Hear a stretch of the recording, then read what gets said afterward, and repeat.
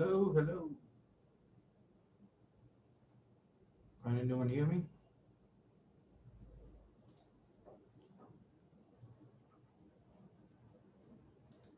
Hello.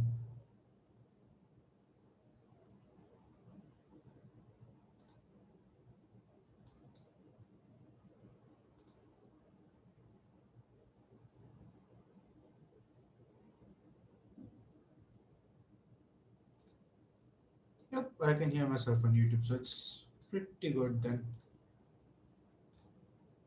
Um, yeah, I think it's time to start. Let's see, gallery view. Um,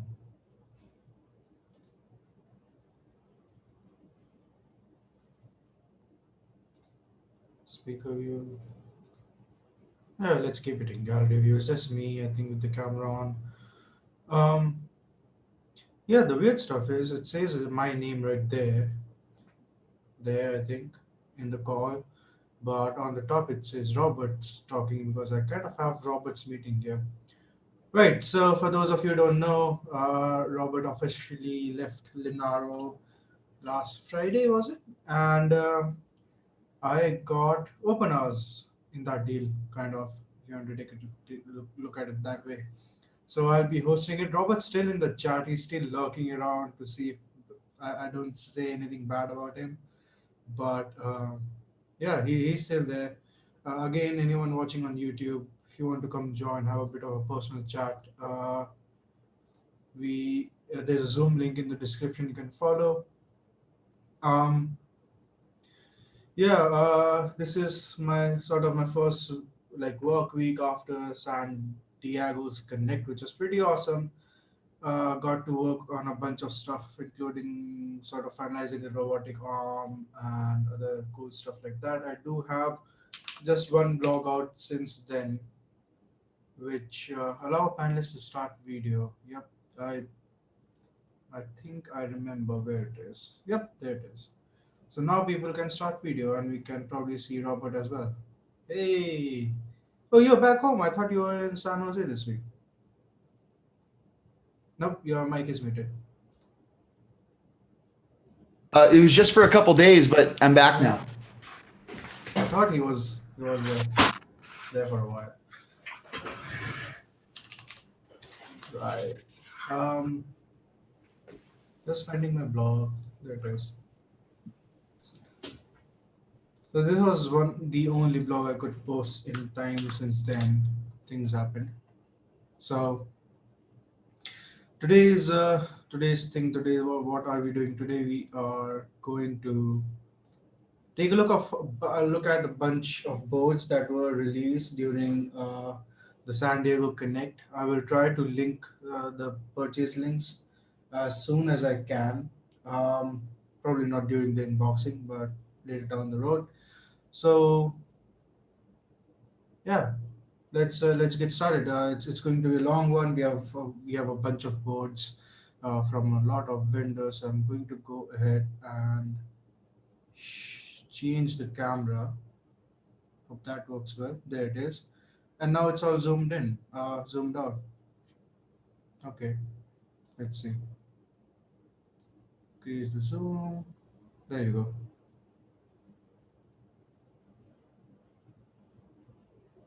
And let me change the mic so you guys. Right, you guys can still hear me, I think. Cool. So I will try. How do I full screen this? Pin video. There we go. Perfect. So we have four boards here. Of course, this is the RB3 robotics platform. You would have seen a bunch of videos and blogs on this one. This is from Qualcomm with the 845 chipset. And then just a quick look. Here's the Avenger 96. This is the final retail packaging that's available from Arrow right now. This is another mezzanine by Qualcomm. We'll take a look. And this is another soundboard.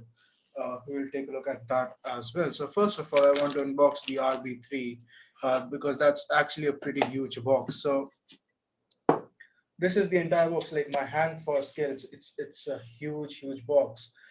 You can clearly see the RB3 there. It says dedicated robotics platform with Snapdragon 845 processor, and a bunch of info at the back regarding what's what. A bunch of cameras. It comes like in a dual layer setup. You have a mezzanine already installed on top. Um, and a bunch of other stuff uh, to do with what the cameras that are on there. And then there's a Snapdragon sensor core in the SoC. And you have the the DSP for machine learning, which is actually working right now. We saw a bunch of demos during Connect. I think it's out of focus, so it must. There it is.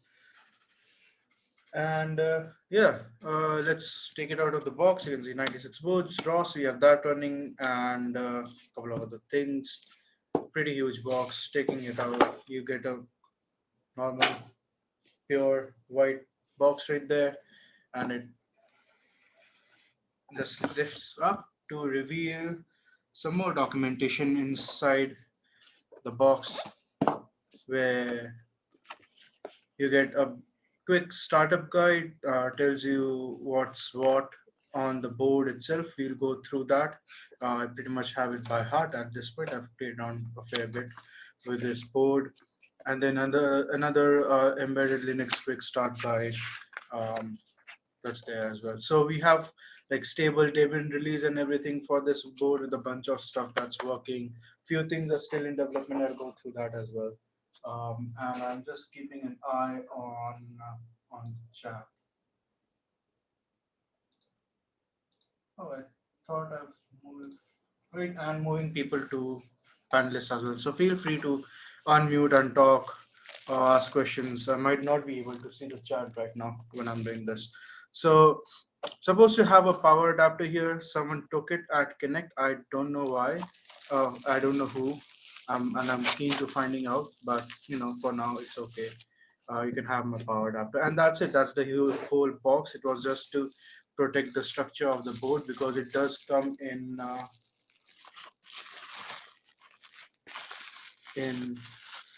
like in an elaborate case kind of a thing, or a housing of sorts.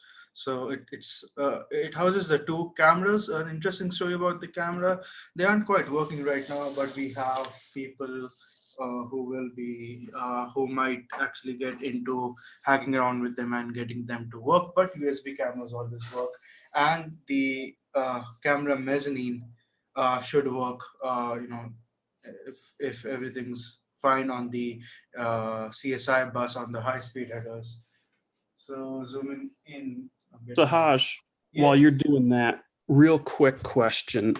I remember from a few months back, there was some discussion about whether this board would be provided standalone as well, or only as part of the RB3 kit. Was there ever a conclusion on that? Nope. So as of now, it's just this kit. Um, yes, I do remember there was a discussion to remove the Ethernet port, and that would make it compatible with the height and all with the 96 board specification.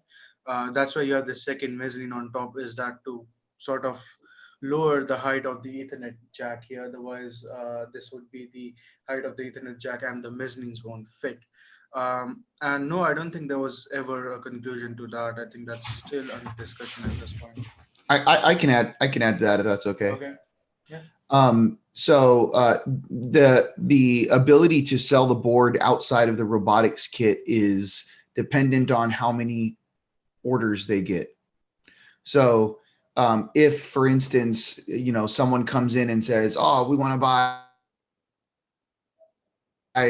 5,000 of these things," well, then most likely what they'll do without the and say, "Oh, someone put it in order for 5,000. Let's just add another 1,000 to that and sell 1,000 without the kit." So it's pretty dependent on on, you know, what people end up doing with this board in the near future. As far as I understand, I'm not, don't quote me on that, but that was what I heard, something similar to that. Got it. That makes sense. I was just curious if there was ever a resolution to that question or not. Awesome. Thanks, Robert. Right. So on this board, bunch of things. First off, a bunch more headers than a regular 96 board spec. You have two more low-speed header. Those have additional I2C UART and SPI bus, and another high-speed header which has an additional USB 3, a PCIe X1 slot. I'm not sure about the generation, and a couple more I2C bus thingies. And you have other connectors for time of flight sensors, couple more camera stuff, which I hope at some point people get to make it working. And the entire platform is actually based around this SOM from Thundersoft, which houses the SD845, your memory, and your Wi-Fi stuff. Again, Wi-Fi stuff is still under development. Hopefully, sometime this year it should be done. Don't quote me on that though. And then you have all the buttons down there which do your volume up and volume down, and your fast boot and your reset and your power and all of that stuff. The SD card was moved at the bottom. I'm not sure if the pre-release board that I have had the SD card at the bottom, but like it makes sense now. It does. The two USB ports here, one is directly from the board, the other one is combined with the Ethernet port and like goes through a PCIe bus to be enabled through that. So you have a PCI bus coming out of the sock, and then you have a USB hub, and one USB port goes to the USB 3 port here, and the other USB port goes through a USB to Ethernet controller onto the Ethernet jack here, which is a gigabit Ethernet. And then you have a 4K capable HDMI port, a USB Type-C port that also is supposed to do power. I haven't checked that. You would need a PD compatible one, which is a USB Type-C spec to deliver, like to charge MacBooks and that sort of things. So you would need that to work as well. And yeah, and that's about it. So we use this board with the robotic arm, and at the end what we did, we needed a way to generate PWM signals for the servos. Now the guys at Qualcomm Robotics were also working on additional mezzanine on top of that to make it even more robotics focused, to say the least. And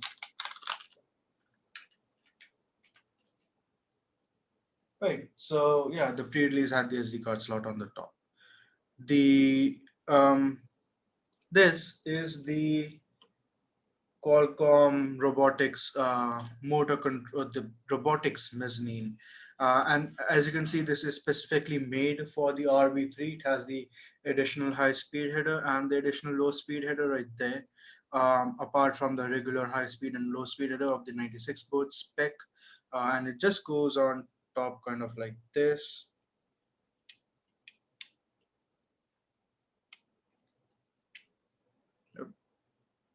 Just to be careful with those fine pins.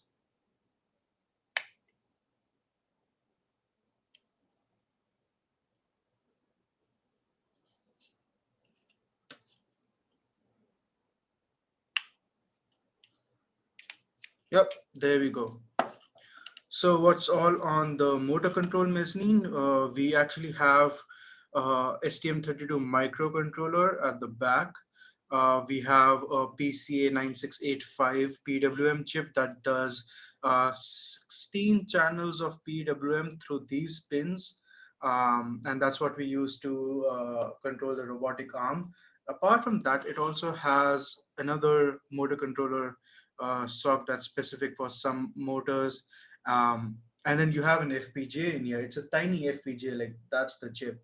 And it only has like 1K of LEs or LCs, whatever you want to call it. So it's a small FPGA for small designs, but for robotic purposes and like sensor data gathering stuff, I think it's fine. It works well. The other thing it can do, you can add external LiPo battery through here, and we tried that as well, and that would power the robotics kit or any motors that are connected to it through these motor ports, that one, or the port here, and as well as your RB3. So entirely off of a 7.2 or 11.1 volt LiPo pack, and that would run your entire kit. So this is also kind of this is also made kind of keeping in mind existing kits like the Turtlebot and stuff like that. So some interesting projects going to come from this as well. So, in the coming days, I'll kind of work on getting uh, the FPGA working, the STM32 working, and seeing how much time I have. We'll see what all we have on this. Right. So this was the RB3 kit that we got at Linaro Connect. I will pause a few minutes for anyone who has questions and then move on.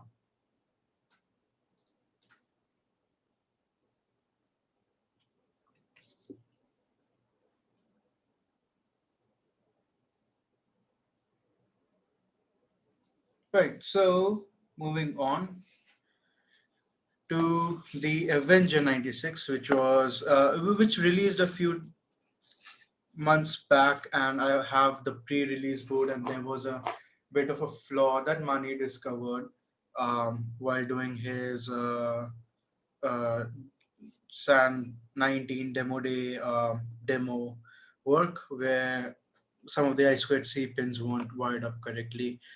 So this is the box, a very simple one.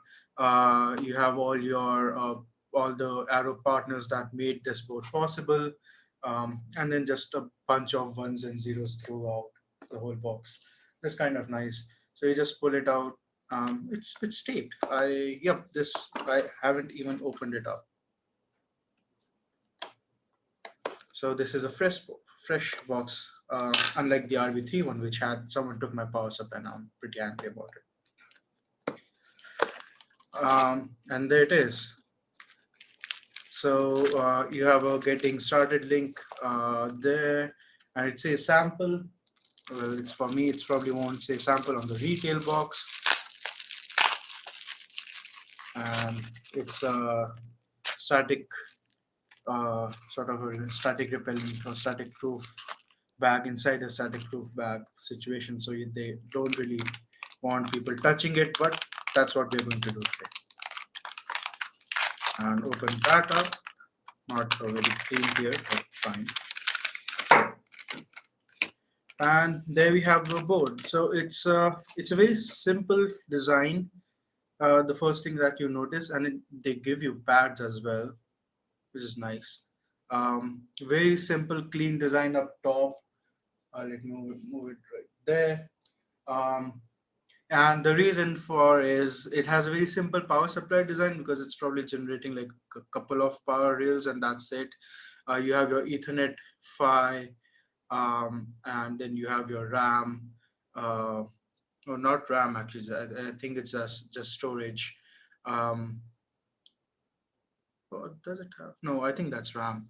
And then your main module down there, which has the RAM and the sock. So this is the storage. It's another sort of a SOM design. It's not SOM. I think they call it something else, because it's actually on a BGA packet. So unlike the RB3, where you can actually you have the option, or you have the possibility of taking this bit out. You can unscrew these four screws and take it out. This one's a much simpler design, where like embedded CPU, it's actually soldered down with BG. I don't know if it's visible here, but I can, like, with my bare eye, see the BGA pins between the two PCBs. So you have the STM32MP1 here, uh, dual core Cortex A7 and a single core Cortex M4. You have your 512 megabytes of memory here, and a bunch of all of the complex, or the like PMU stuff for the SOC, and the memory is actually on the SOM.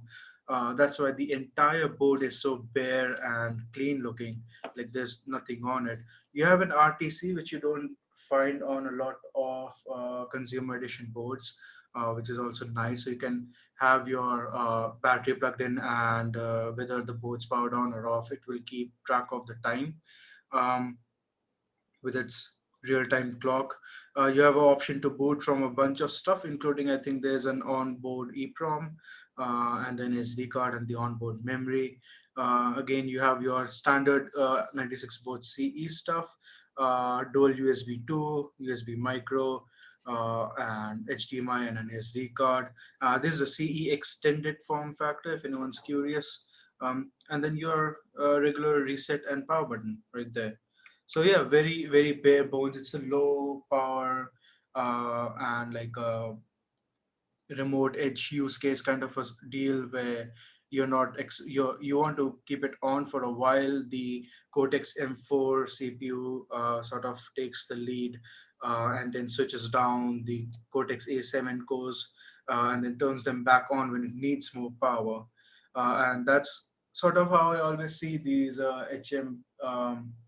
HMP socks, where you have two different cores, one running Zephyr and the other one runs regular Linux, where the stuff running Zephyr is so low power, it can be on for days without consuming much power. And when it needs to do a lot of processing, it turns on the Linux cores and start from there. Another thing I'm noticing on this board is a bunch of test pads here. So just for pretty much everything, you'll see test pads down there. So yeah, if you're trying to develop something specifically for this module or for this SOC, this is a pretty neat solution. You have your JTAG here as well. So yeah, that would be your MNG96. We have about more half an hour-ish left, so we'll cover that up as well. So Charbax asks, is that an HCX? Sadly, no. I don't think there will be any development platforms on the HCX anytime soon. That's sort of Qualcomm's uh, desktop only solution, or a laptop only solution, where it's sort of specifically made for Windows on ARM, similar to the SQ1 on the newer Surface laptop. So I really want to see a development board on that platform, but I really don't think that's going to be a reality anytime soon. Unless you've heard of any, uh, that would be nice. Charbax goes to a lot of shows like just around embedded technology or just tech in general, and it's possible that he has seen some of those HCX development boards, but I don't think that those will be marketed very widely.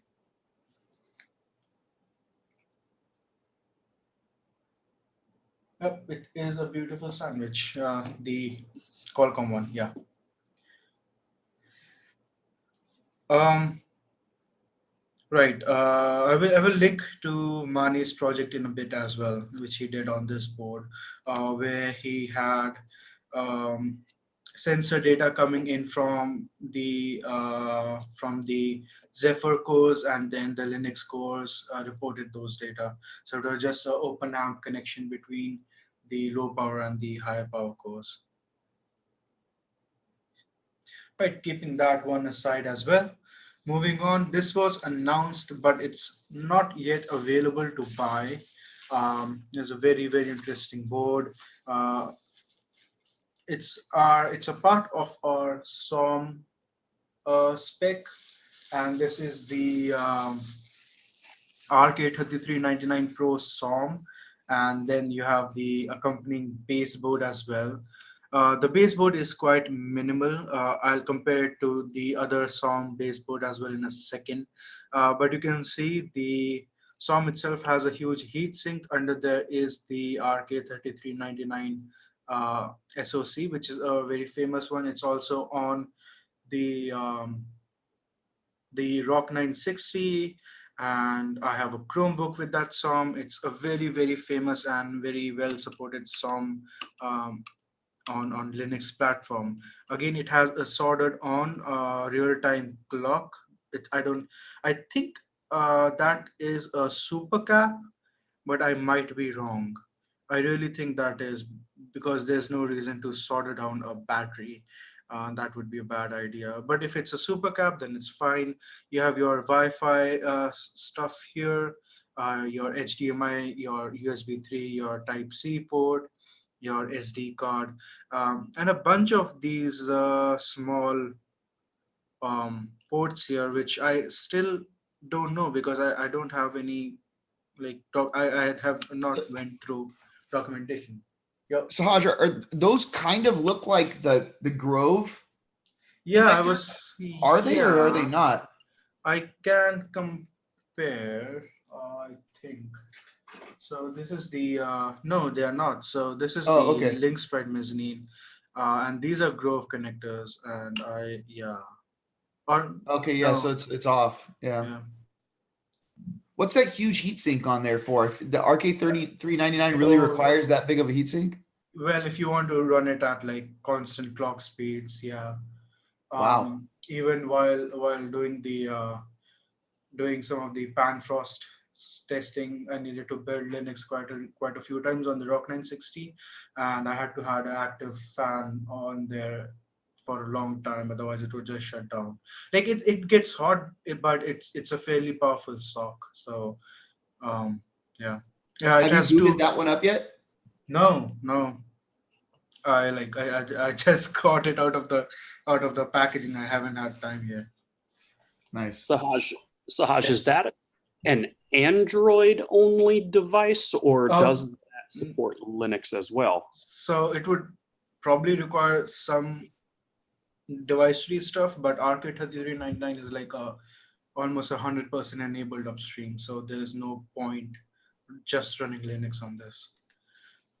So as long as you have the base device tree ready, it should even boot Fedora for all that matters. Once the device tree is up there. Awesome. Uh, and yeah, bunch of switches there, which is basically reset and recover. And there was Yeah, that another one. baseboard has Yeah. a notch. Yeah. I didn't realize that. And so you can just take this out like that. And what you can do with the SOM spec, and you can see, which is I think that's is that your that's the eMMC. That cannot be memory. That's the eMMC. Memory is probably up top. Oh, I can't even see the memory. Yep, there it is. That's the RAM. Yeah, it's under that That's the heat sink RAM. there. Yeah. So for demo purposes, I mean, I'm not going to boot it right now, but I have the older um, Sombo that was released earlier in Bangkok. So this is another SOM board which a few of you would have seen, and it has the RK3399 Pro, which is the one with the NPU on there, or neural processing unit. This is the much larger, much more feature-rich baseboard for our SOM spec. It has a bunch of dip switches. That's what interesting about it is you can actually try and configure each and every aspect of the SOM spec and the expansion that provides. And this is even a special one because they cut down on the second PCI slot on the revised one. Um, so and this on the other hand has no dip switches, so this is 100% pre-configured to work in this particular form factor, but here you can disable some things for other things and make it work that way. So what you can do actually is you can take out this SOM here, and you can take this SOM, replace it. Oh, let me just line it up.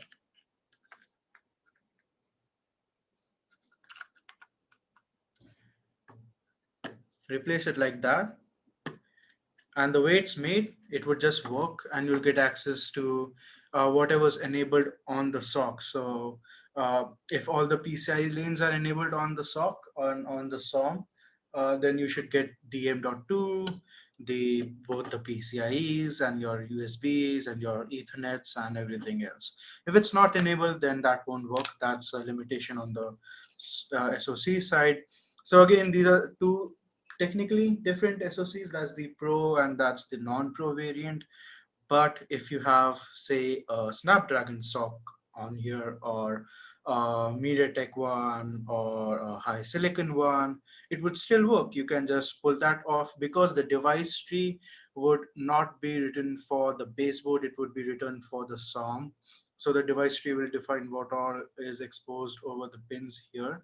And when you put it down, it would just be expanding to the actual physical units there. So it should just boot, and hopefully that's how it ends up working at the end. So we're still working on the software side. I hope everything gets enabled soon. The Rock 960 SOM, I think, should be fairly easier to do than the Pro one. I think Pro one is still being upstreamed a fair bit. So yeah, there you go. That's how the SOM variant works. So this sort of also outlines the enterprise edition spec. It has the high speed and low speed header, but on this board they went without the high speed and low speed header. So which is not out of spec, because the SOM spec only dictates the SOM itself. So you don't have to do the high speed and low speed header. And then there's a shorter SOM variant where it's just these two pins, these two sockets. So you can just have even a smaller SOM um, and a smaller baseboard. So yeah, I will try and get a sort of a video demo working where I interchange these two and show you guys that they still boot and still work in more or less the same way, which would be a very, very interesting demo. Yeah, but till then, that's it. I think I still have half an hour on the clock. I rushed this one, and that's my talk. So what are we going to talk about now? So, what's up with you, Robert? What? What's up with you?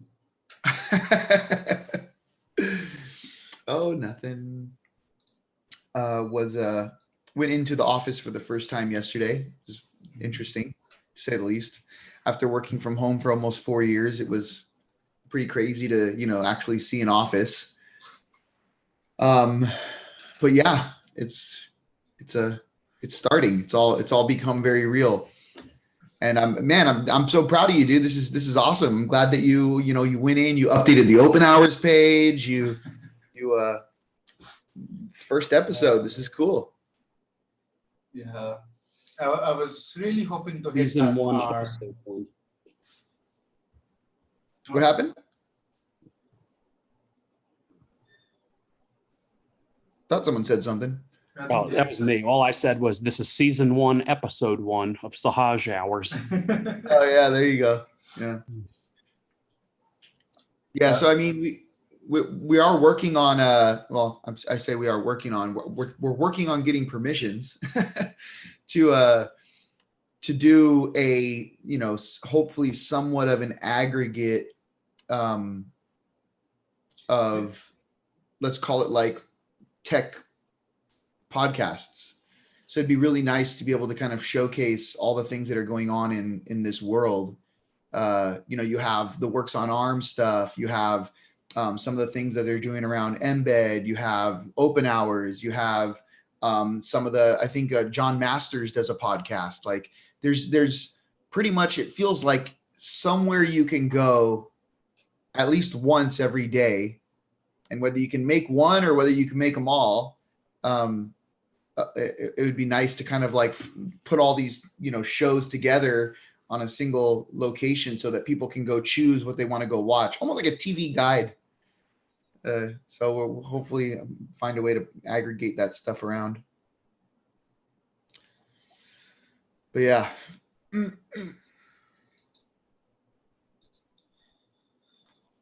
Yeah. I was saying that as well. The ARM has another OpenHours as well. I think we've talked about that. I don't know if you can just go ahead and take that over. See, it's mine now. No, I don't think it's different. It's not the same thing. That's that they're focused on, I believe, this is like it's a Embed Pelion cast, and they do one show which they think they call office hours, and then another thing they call open hours. I think office hour, I'm not sure, but I haven't followed it enough. But I think one of them is live streamed and the other is pre-recorded and post-edited. I'm not sure though. Looks interesting. Yeah, is that the one that Austin Blackstone does? Austin Blackstone, yeah. I have to talk to him more about that, see exactly what's up with it. I don't know too much about it either. I think I tuned in once or twice, if I recall. His topics range across, the embed ecosystem. So it hasn't been something that has caught my eye too often, but I remember, I think it was pretty good. It's pretty well done. It was kind of like a Q&A session. It was a live one that I got. Oh, okay, cool. So they do live. Yep. Like you said, I think they might do both, but the one I watched was a live one. Yeah.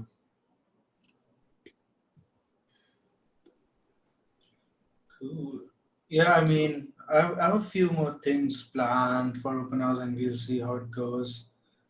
Yep. I think what I'll start to do is have guests, but not that often. Maybe once a month or something like that. And what I want to do is I have a HDMI capture card, and I want to try to do live projects, or at least some tutorials that are like an hour long. But then I can just do them live on OpenHours and take feedback and stuff like that. So that's the idea for now. Sahaj, you weren't able to make it to the ARM TechCon stream, were you? No. When was that? Last Thursday. Yeah, no, I wouldn't have. Oh, okay. Super busy. Last week was I don't know where it went. Yeah, I mean, to be honest, Sahaj, what you should do is you should just transfer all of your subscribers from your channel over to the 96Boards channel and just give them to 96Boards. Yeah, that would be nice. I'm falling back a lot on my YouTube as well. So that's another pet project, is to recover what happens there. I don't think a lot of people know, but your YouTube is like 15,000 followers or something. 13,000, yeah. Yeah. Yeah, I don't know. Something about that is suspect. Sahaj, are you pulling some shady tricks over there? Nah. Yeah. There's a lot of years of grinding. Like I don't know, it's like 8 years or something like that. He bought his first 10,000. Yeah, he bought his first. Yeah, right. Yeah, so you should turn on, just to let you know, Sahaj, it's a little more fun when you should turn on the grid mode for Zoom on the top right. I could not find it. Yeah, there it is, the gallery mode. I think I had it on just at the beginning. Yeah, when you're showing the cool tech, that's fun. Yeah. I just did that. Yeah. On the YouTube channel, you see people. I don't like seeing my face so big. Yeah, David, how come you never turn on your camera? You don't like it? Huh? I'm talking to David T here, but there he is. Good morning. It's way too early. I haven't had all my coffee yet. I'm afraid the dogs are gonna come by here. Like, you know what's right around the corner for me? Let's see. I'll give Sahaj a guess. End of October, beginning of November. I usually have an episode right before I hustle off to go do this thing. It's every Thursday, and it's been 3 years in a row. BlizzCon. Oh, that's near your house? No, I mean it's up in Anaheim. It's like an hour and a half drive, but he had me like I think it was 1 year when he just messaged me like, oh come on, I want you to book tickets for me, and I click on the refresh link. Oh, you helped me with that? Yeah, I think it was one of the years, but like I didn't get the link. Someone else did, but you had like 10, Yeah. 15 people doing it at once. Oh, that's true. That was like 2 years ago. Yeah. Sahaj, use work time to help me get BluesCon tickets. Yeah. Hey, that's the fun of working remote. You don't have a defined work time. Good times. Good times.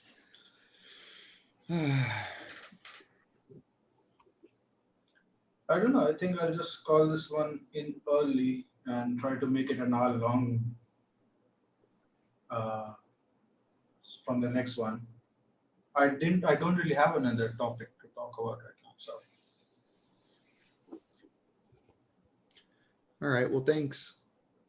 well, all right. So thank you everyone on YouTube for watching. Again, you can visit us on 96boards.org/openhours and see when the next episode is, which is always Thursday 4 p.m. UTC. Also, that reminds me, I needed to.